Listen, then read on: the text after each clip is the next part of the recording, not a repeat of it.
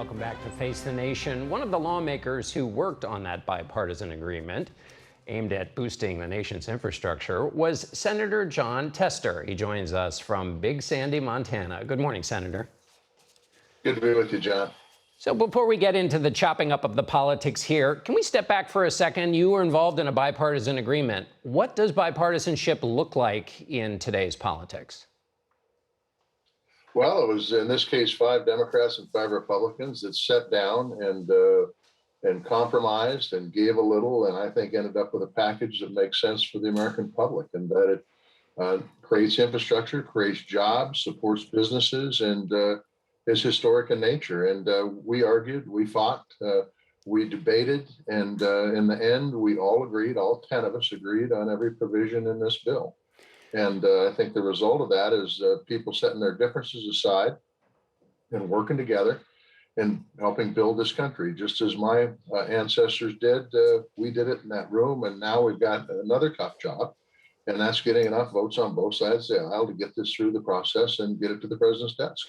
Let me talk about that other tough job, because good ideas can not get anywhere if they don't get the votes. So let's start with the Republican side. You had 5 Republicans. You'll need 5 more if you hold every Democrat to get it through the Senate. How possible do you think that is? There was some heartburn when the president connected the bills together. A, is that heartburn gone among the ones who were working with you? And B, what do you think the chances are getting at least 5 more Republicans?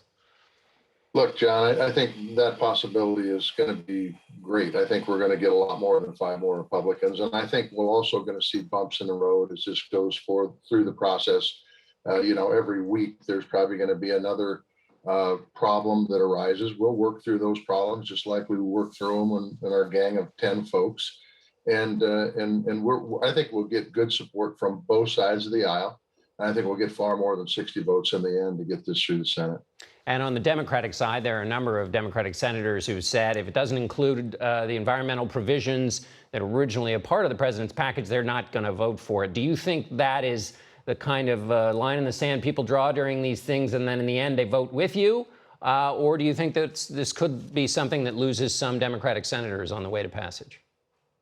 Time will tell on that, John. I think this package does have some environmental programs to it, environmental policies to it.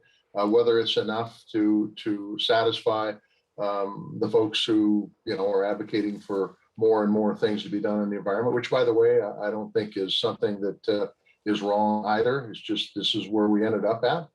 And look, when we do a reconciliation package, depending on what that package looks like, it certainly could have some additional environmental parts to it. Let me talk to you about that reconciliation package. This would be a big spending bill that would pass with Democratic votes only, presumably. A portion of that bill would likely be the president's clean electricity standard. As we talked about it, some of your colleagues, Senator Smith of Minnesota, has said she won't vote for a reconciliation package unless it has that standard, which seeks to decarbonize the electricity by 2030, the electric grid. You come from a state with a lot of coal production. Would you support the president's clean energy standard in a reconciliation bill that Senator Smith says is necessary to vote for it? Well, look, I do come from a state that has a lot of coal, a lot of natural gas, a lot of oil, and I also come from a state right now that is under severe drought. And so I think we need to make common sense steps forward to deal with climate. And there has to be a transition. Anybody will tell you that. You just can't shut off the spigot. You have to move forward in a common sense way so this economy continue to grow, but also deal with the climate issue. So, devil will be in the details, John. We'll take a look at it when it comes up. And if it is something that I can't live with, then we'll try to massage it through the process that we go through in reconciliation to amend and make it so it's something that the whole country can live with and actually expand our economy with it. I want to ask you, as a farmer, and you mentioned the heat, Montana's seen 100-year records in the last month. Half the population is in drought areas. In California, it's just crippling the farmers, the drought.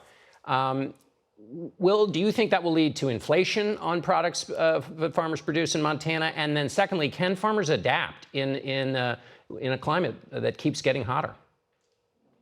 Well, we have been adapting in a climate that has been getting hotter. This has been going on for decades. I've been on this farm, which is a farm my grandparents homesteaded. This will be our 44th harvest for Charlotte and I. This will probably be the worst harvest we've ever cut because of the drought. But farmers continue to adapt. They continue to change. But one thing is for certain. The climate is very volatile now, more volatile than it's ever been since I took over the farm. And we do have to do some things and encourage other countries to do things to move us in the right direction on climate. If we don't, I think some of the things you're talking about food prices going up and possibly even food not having enough becomes real. And not only for the United States, but for the entire world. So we've got a lot of work to do here, John. We need to do it in a bipartisan way. We need to stop the fear mongering around climate change and start doing things that work for this country. All right, Senator Tester, thank you so much for being with us this morning. We look forward to having you back again.